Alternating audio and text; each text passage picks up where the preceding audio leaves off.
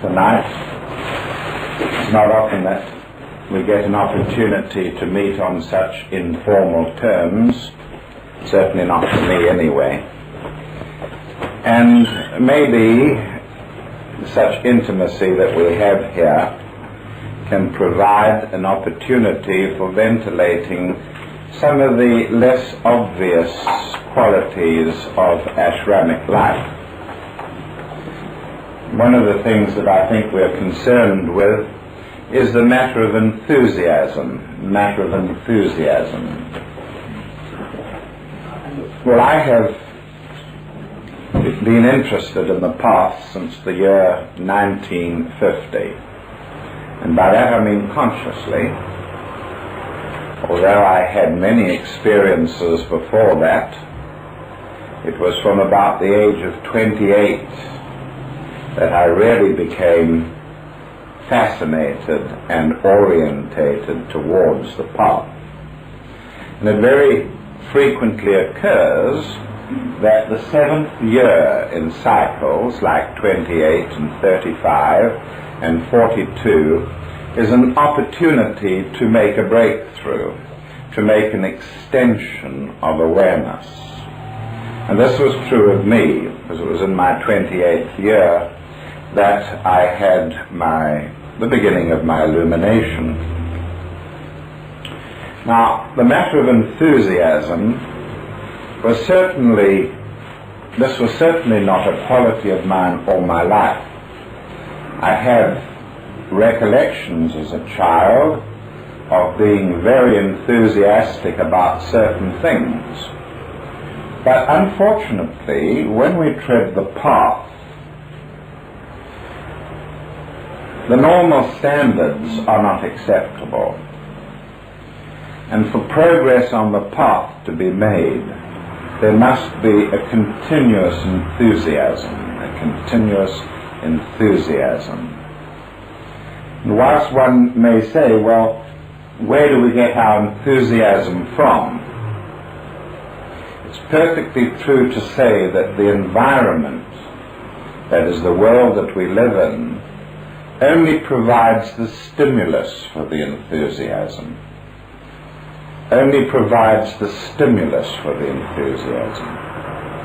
The truth about enthusiasm is that it represents the proximity of the soul. Indeed, the very first experiences that one has of the soul in consciousness and full consciousness is the suggestion of thrills, of enthusiasm. Isn't it nice to hear that comforting noise here in England, whereas in America it occurs 10 or 20 times a day and you get very blasé and irritated about it. It's nice to think of our policemen thundering down our tiny little roads without a gun amongst the lot of them. Enthusiasm. And one of the first ways that we register enthusiasm in this is this impression of thrills. Thrills that sometimes run down the spine when we're listening to inspiring music. Then there are the thrills that seem to come when they're triggered off by the environment. We see a lovely sight in nature. We hear some enthusing words spoken. We watch a play or even a television show, and we are enthused. And sometimes that enthusiasm may last some time. But it is true to say that the sort of enthusiasm that is of any value represents the proximity of the soul. And it's just not true to say that you have to be highly developed spiritually for the soul to be in close proximity. The soul will creep as close as possible, even to a savage. if the personality, the individual, is furthering some requirement of the soul, is in fact doing the soul's purpose. Now, for the savage, engulfment, embracement of material things is the healthy way from the soul's point of view. For the advanced disciple, materialism is not the way. To be able to deal with materialists, that indeed is a very useful thing, and it may form part of the soul's purpose. But to be oriented towards materialism is not the soul's way. And so the soul would draw back. But when the soul sees an opportunity to surge forth for this individual to make his breakthrough, it comes very, very close. And that is when we register enthusiasm. And enthusiasm is a gauge of the soul's proximity.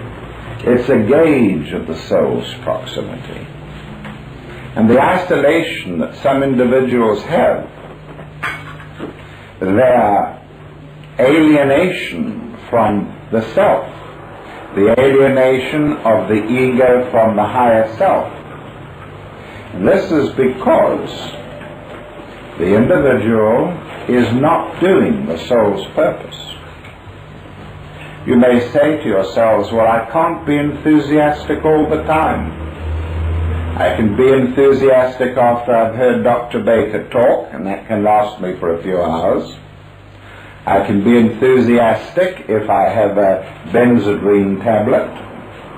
I can be enthusiastic after I have terminated my pregnancy or something like that.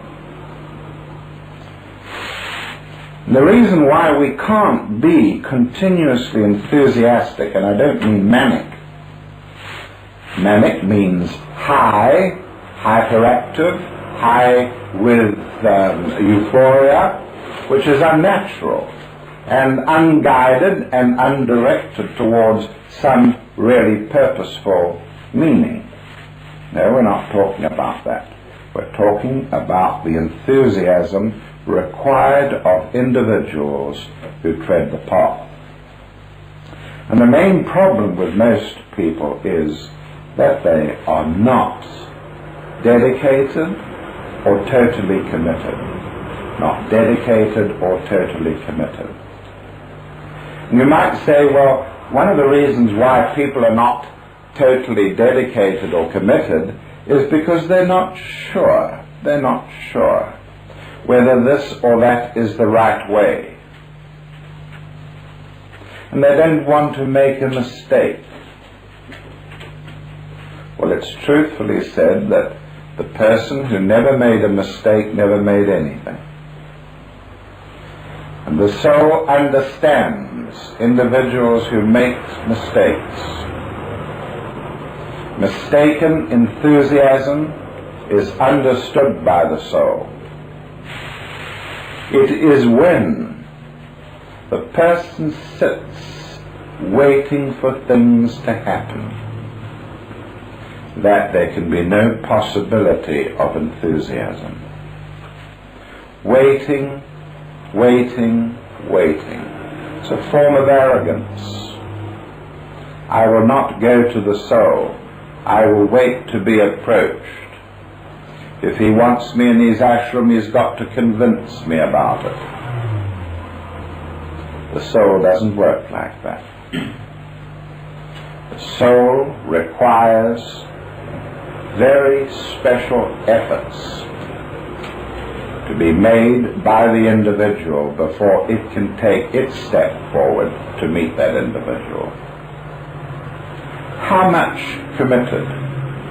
Well, the word totally is used, and it means that you be totally within your means, within the power of your particular situation. It's perfectly true that it takes time to reach the state of total commitment. And total commitment implies commitment in time and commitment in space. And most individuals have a great difficulty when they first begin to tread the path in finding the time to give to it. The trouble is that they are not yet completely dedicated. I couldn't do the work that I do without the enthusiasm that I receive. Certainly, I have known what depression is. I suppose the last time I was really depressed was about the age of 16 or 17. Nevertheless, I have periods of up and down.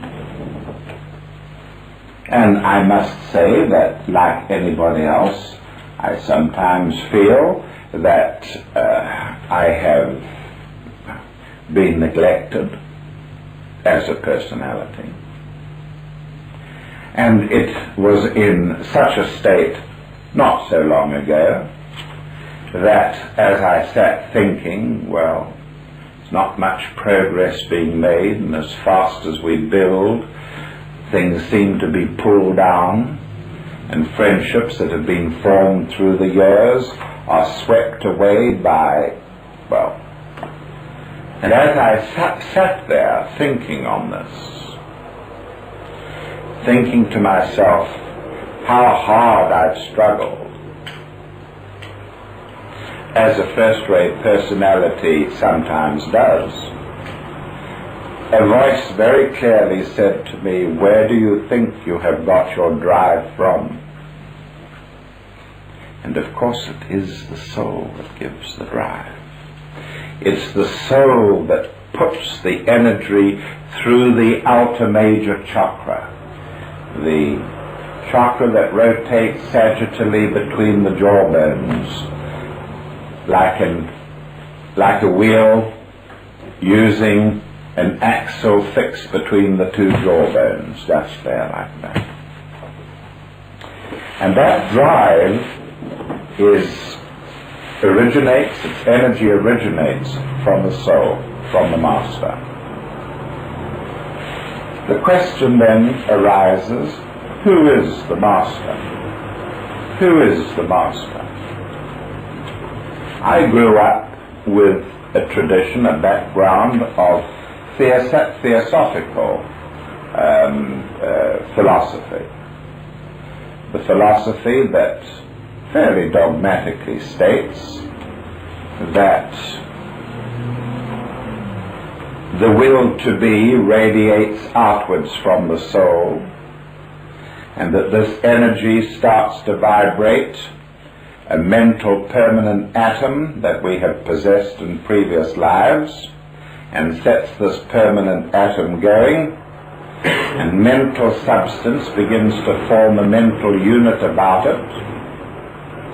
And then the same will to be, which is the personality of the Logos actually, that same will to be, the personality expression of the Logos, surges further down from the mental unit into the astral permanent atom, and this begins to vibrate, to send out its note, and atoms that have been used in previous lives of astral substance are drawn towards the astral unit. The surge goes further and creates a physical, in etheric substance, a physical sheath, and so we have the slow formation of a mental, astral, and etherico-physical sheath, and this implants itself in the embryo. Now, great efforts are made by souls to obtain the most suitable embryo to suit their purpose. Great efforts are made. And I grew up in my esoteric life, believing that around these sheaths that begin to form in a child, there then grows an etheric body or matrix, which is always a little larger than the physical, and the physical grows into it. We develop an astral body out of the sheath, especially through our childhood years, and then a mental body out of the mental sheath, and so on. And then we are taught that having formed this personality, that we then begin to try and contact our souls. We always like to think that we are immortal, that no matter what happens, that high unit of consciousness in me that I know is me all the time will go on forever. That's a very high concept for man, but it's totally inadequate for the entity which is the soul. And I've had to change my ideas in the last 25 years, 30 years, about the nature of man. And I've had to get away from the idea, from the concept, that I'm going to survive forever. In fact, if I look at myself at the age of 28, when I excitedly began to look into the Bhagavad Gita and the secret doctrine, I know that most of that individual is dead and dissipated. Most of it, and I mean at all levels. So, studying what I have just told you very carefully must make you think of the next step in consciousness beyond that of just developing a personality. And it is indeed what we have just described taken another step. And the answer is that as the soul grows close to a personality that is doing its work,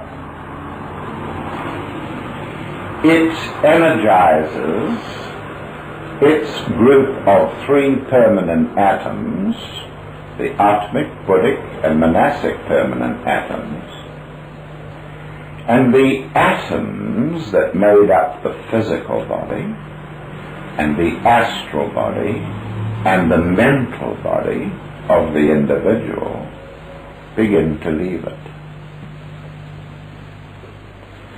Begin to leave it selectively.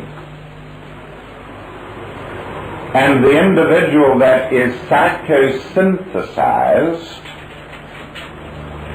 about the higher triad is not the same individual that began to tread the path 28 years ago. Now that is a very revolutionary concept. We're so inclined to think of building a personality around a set group of atoms, and that we then draw in the soul, and that the soul overshadows us and uses what we have grown up with. It's not valid. It's not valid.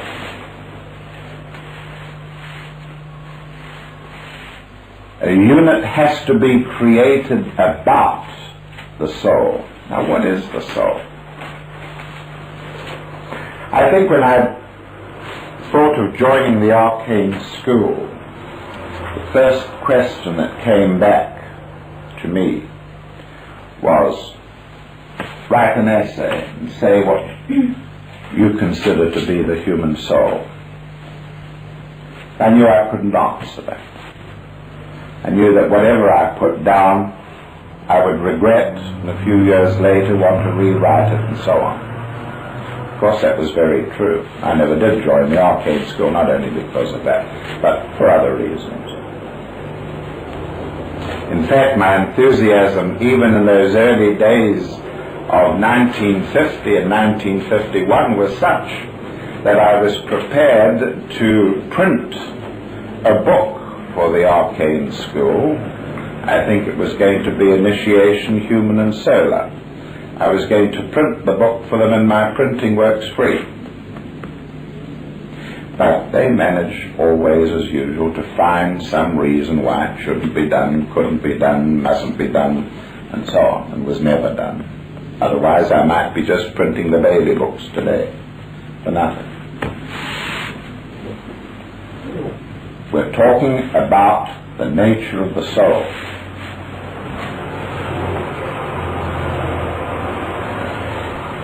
We must understand that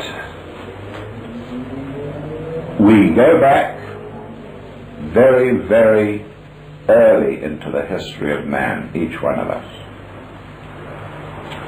There was a time on the earth when we were savage, and yet who knows, on some day we may have been part of a god looking after a small clan attacked by wild animals, and on that day had to make a choice between saving myself or ourselves and whether to give our lives for the clan, defending the clan. And this spark of courage, or whatever it was that was fashioned that day, because it is or was Atma, Buddhi or Manas, survived the death.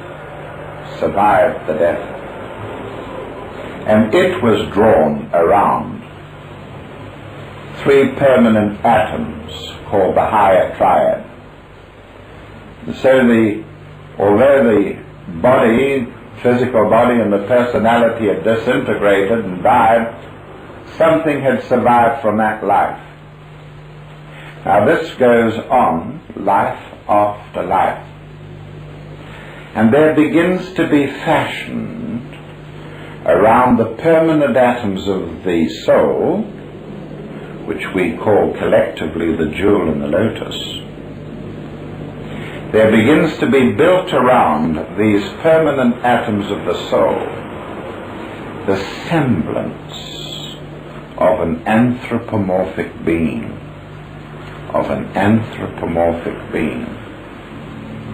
It's perfectly true to say that the soul is formless, but nevertheless it can adopt forms,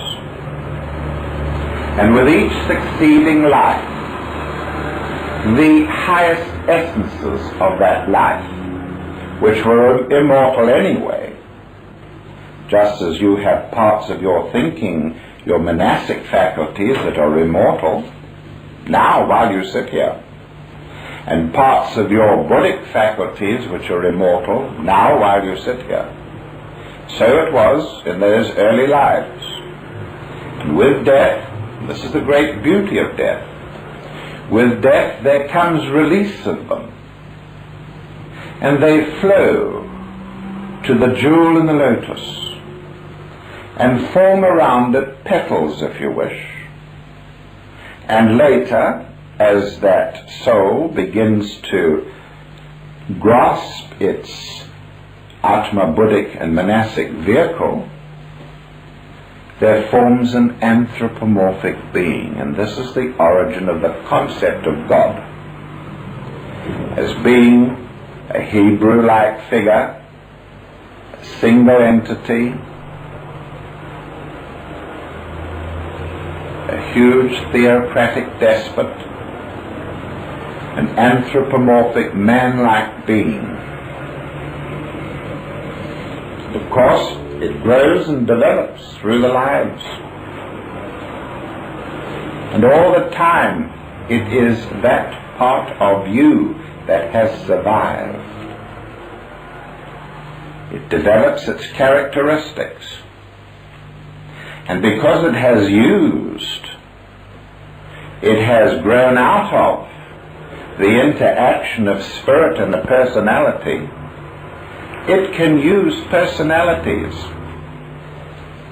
It can insinuate itself into an astral body, or a mental body, or a personality, with the greatest of ease, as you or I might put on a set of clothes, or half a set of clothes, or just a pair of shorts.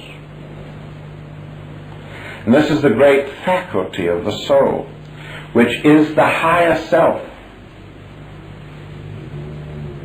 an anthropomorphic being.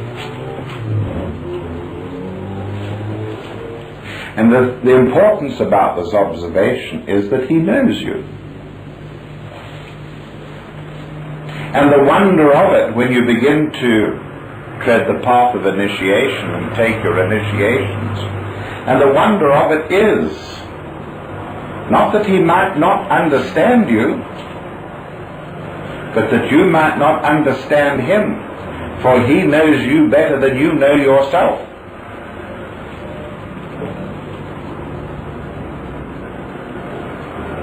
And if you accept him as being a subjective being, as part of the unconscious, and you're beginning to learn something about the Jungian philosophy, then you know, from what we have learnt already, that you, creating impressions in the world, which is no more than what a personality does, in terms of thought, word and deed, that as you create impressions, you are sending things inward. And the function of the soul is to take the impressions and to spiritualize them. And by spiritualizing them, we mean that the soul will add energy to them and meaning to them and return them to the personality enhanced. And so the greater the development of this old man, who is the higher self, who has lived for countless centuries, who has been raised in stature, in fact in what we call spiritual staying power, only through lives on earth. And so he becomes enhanced and yet never, ever loses understanding of the lower vehicle.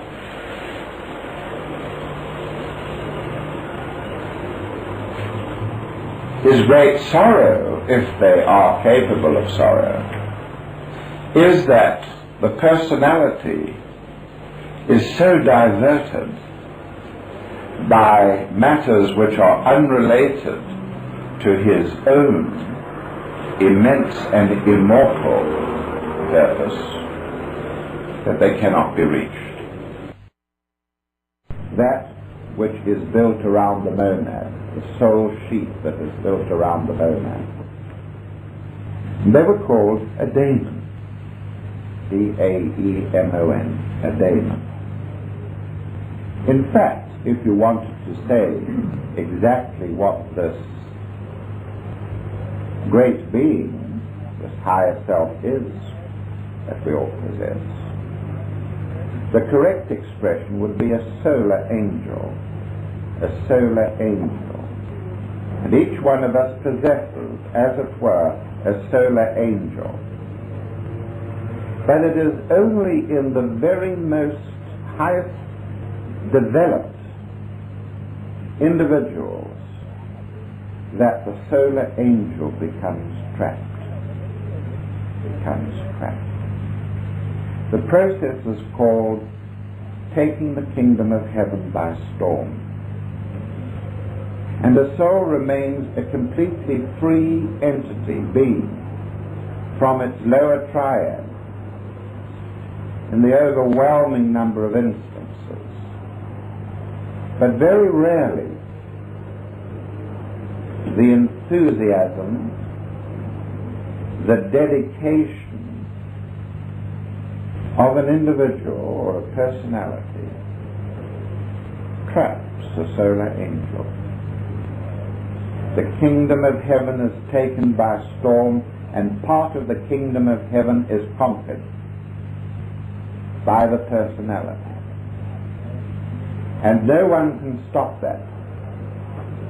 The process occurs progressively, majestically, through what we call initiation.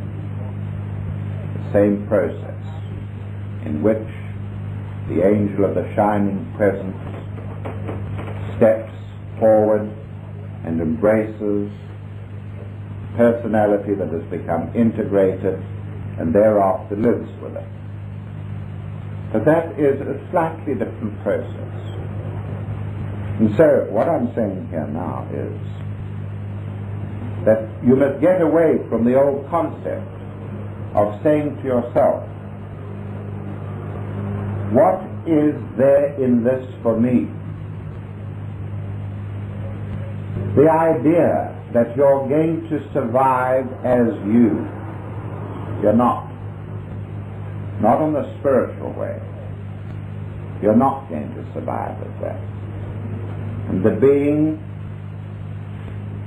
who bears my name at the age of 28 hardly exists at this moment. And it's not that we are overshadowed.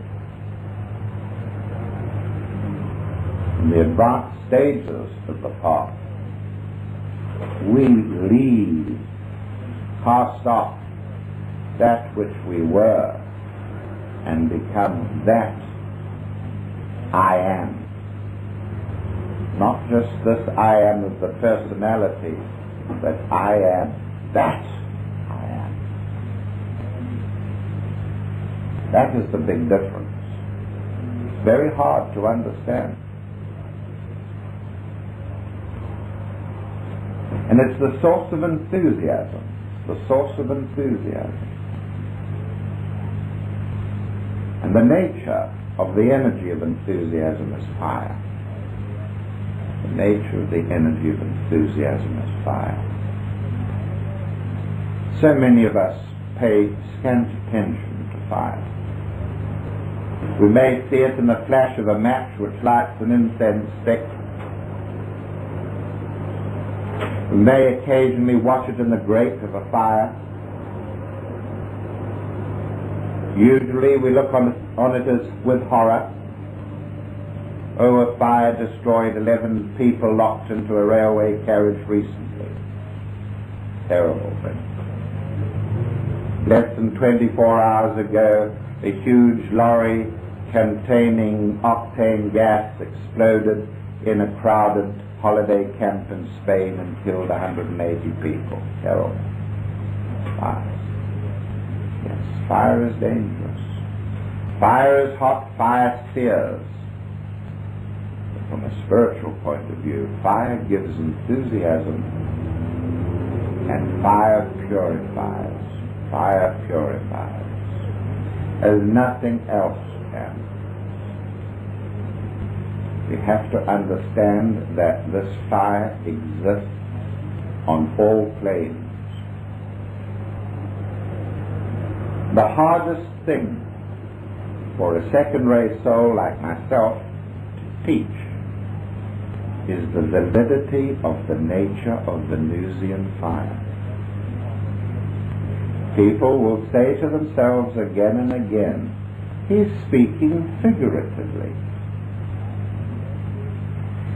He is talking about spirit using one of the elements, like water or air. But I'm not. I'm speaking about fire in its purest nature.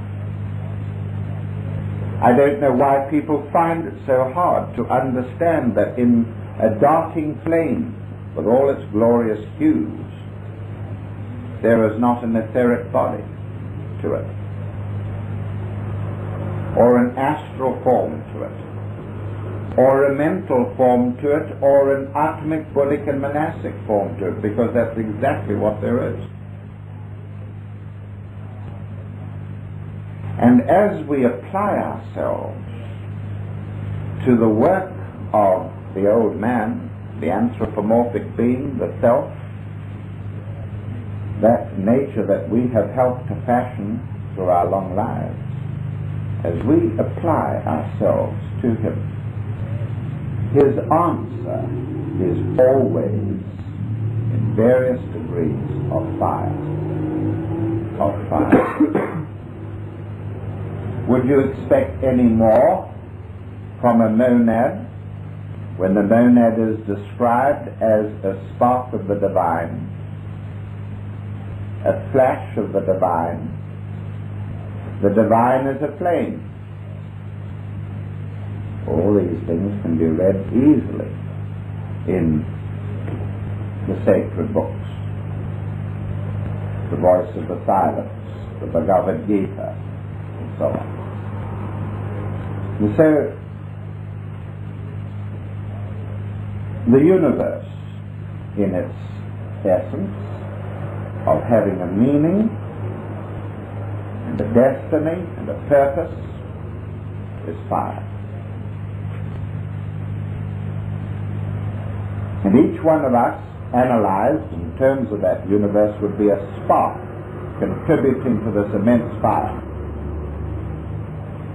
And when you go inwards, whether it is by meditation or by self-sacrifice, which is enthusiasm applied,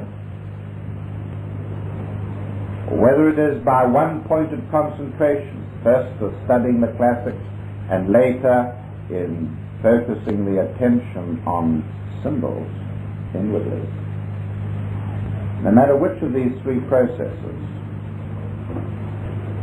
the true test of your reaching near to the fire is the enthusiasm which floods through you outwardly and which fires those about you, whether it is in teaching or healing or by example or by courage or by intuition or discrimination or any soul quality, no matter what it is. The test of being close to the self is this enthusiasm. And the other test is your perception of its fire. Moses on the mountaintop of initiation, confronting the burning bush, the inner fire. No man can control this fire except by purifying himself.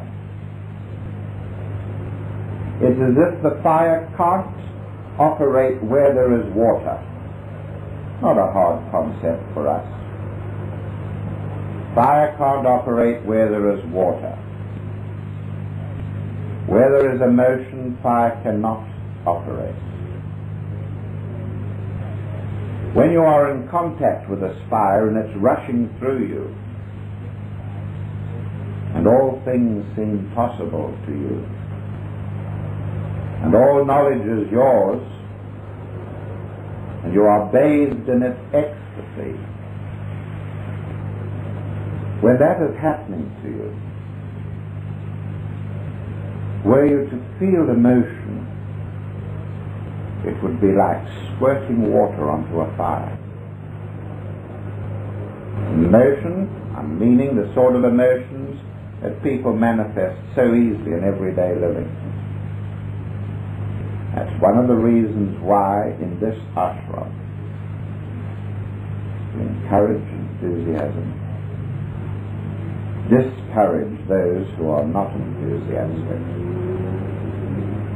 and equally discourage those who are emotional. One of the hard things to get across. It's not a popular teaching.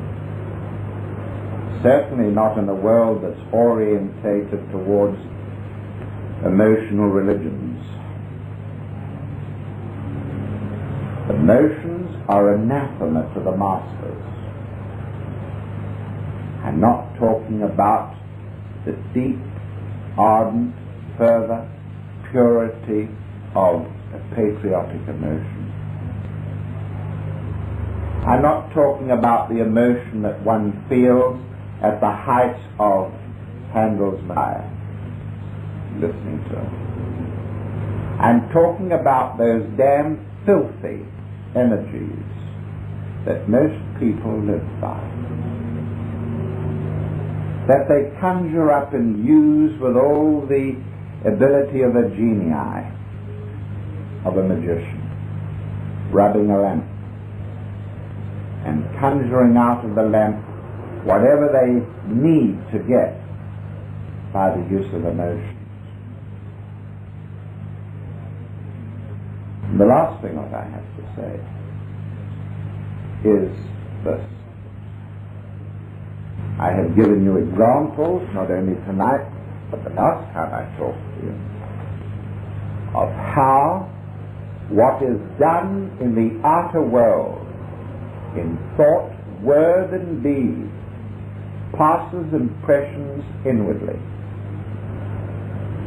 And the soul grapples with these, the unconscious, if you like, grapples with these, spiritualizes them, fantasizes them, turns them into analogies, and returns them outwardly. Not all at once, not in the same second, maybe not even in the same year, but returns them ultimately when it can. Now you begin to understand why your conduct, every moment of your waking day, that waking day should go right into the night and come right out of the early morning, should be one in which you create activities, thoughts, words, which will calculatedly go inward.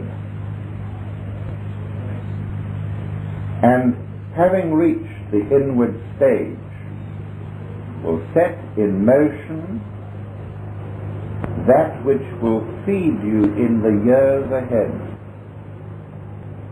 Feed inwardly hatred, feed inwardly negativity, and all the other filthy aspects of emotion. And you are laying down for yourself a return to you in the years ahead of you of those impressions that you are sending inwards now and which will feed you in the years ahead. Together, the most negative of these, the most soul-destroying of these, creates the dweller on the threshold. Together, the highest of these clear the way, making access of the anthropomorphic being, your higher self, access of him to you easier and easier. Something in the Bible about storing wealth in heaven. It's how you think. And people in this ashram know, permanent members of the ashram know, that fouling the ashram with emotion is looked upon very, very gravely by the youngest and the oldest. If you want to have an emotional catharsis, if you want to gush out all the filth and slime of uncontrolled, undisciplined emotions that you're capable of. Go out into a field somewhere and do it on your own.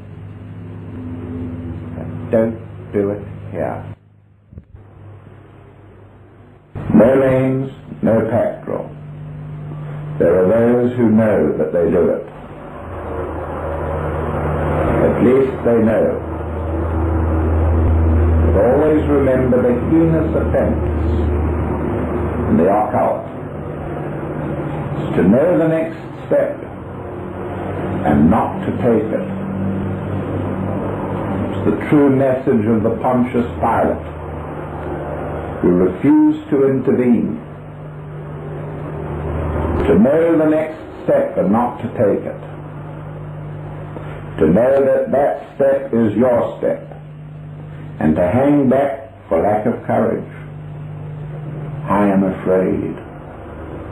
I feel insecure at the thought of it. What about those that I leave behind? Never think that I have not made my sacrifices in that respect. My family, my friends, those antagonistic to the path, they've all gone. Why? The path requires complete and utter dedication. Your brothers and sisters are those who are on the path with you. Man is frail, yes, he's frail. It's so easy to say, give me a few more years and I will be ready. It never works that way. It's far, far better to say, give me 5 minutes and I'll be ready. And make the effort now and don't put it off. It's very easy, very, very easy to slow down in freeing yourselves. There are people in this ashram who work day in and day out, no Sundays, no day is different from another, who never get paid, who never need money except for the very smallest requirements. Razor blades, perhaps. And they are strong because they cannot be bribed. They are strong because they have overcome the emotional insecurity which money makes people have. And that's what we're trying to do here,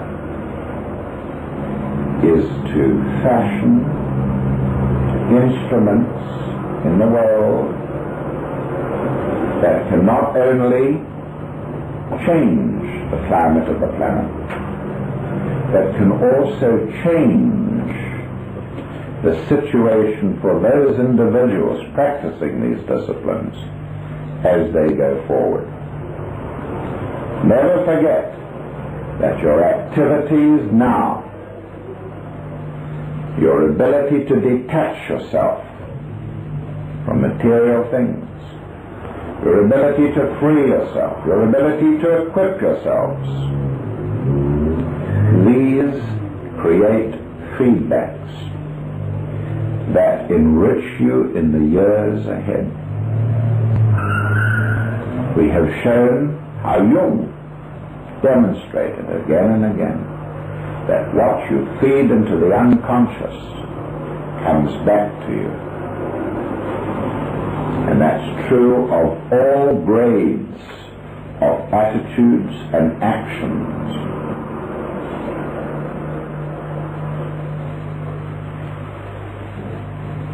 So, we started off talking about enthusiasm. And enthusiasm is something that cannot be just thrust into you. You would not think of trying to take a flame from a flame by using a nail. You will go with a wax taper or another match and take flame with it, from it. Some people think that the soul is going to come to them unchanged as they are, crystallized as they are, attached as they are.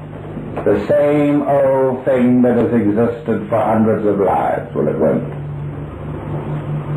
If you want to take up the light of the soul, you must fashion a stick, a sliver that will hold the flame.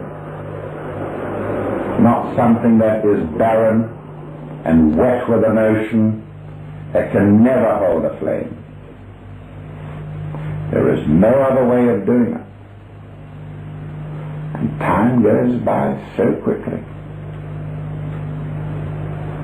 So very easy to say, yes, I will start 2 years' time. So easy to say, first of all, I must secure myself in the world. The number of youngsters that have come to me and listened at seminars, come to me afterwards and said, I agree with everything you say, but I must just have time to make a little money so that I'm absolutely free to do anything I like esoterically. Doesn't work that way. I can quote dozens of individuals who have planned and fashioned their lives, first of all, hoping to entrench themselves materially, and they have never made it. We all have dharma, we all have obligations. No one's telling you to give up your obligations. But see that you don't exceed them. Very easy to say, I know I quote this again and again, and I know it can be a little nauseating, but it's true. It's easy to say, when my children are grown up, I'm free. And it's equally easy, when the children are grown up, to say to yourself, when my daughter has had her children, I will be free. It's very hard for a woman not to want to be with her daughter, helping her daughter have her children. Let the daughter have her own kids by herself. Society provides everything. Don't do her out of her own opportunity to discipline and to spiritualize herself. Let her do it independently and have the glory of such an achievement. You get on with your own job. Your own job is to identify yourselves with your soul. Find out what it wants you to do in the world. That's how enthusiasm is won. Now you would say that was the simplest talk I've ever heard him give. But it isn't. It's the most difficult. Because so many of you are faced with this difficulty. Tarry a while. Let me enjoy this situation. I know it's wrong, but let me get on with it and get it over with, and then I'll be free. The way to be free is to do it now and say, I'm going to start all my old ways, and from now on I'm going to commit myself totally and utterly to the work of my soul. If you don't know what it is, then you've not been keeping a spiritual diary. You have not been in contact. You have not read the classics of ancient wisdom, because they tell us again and again what path we must take.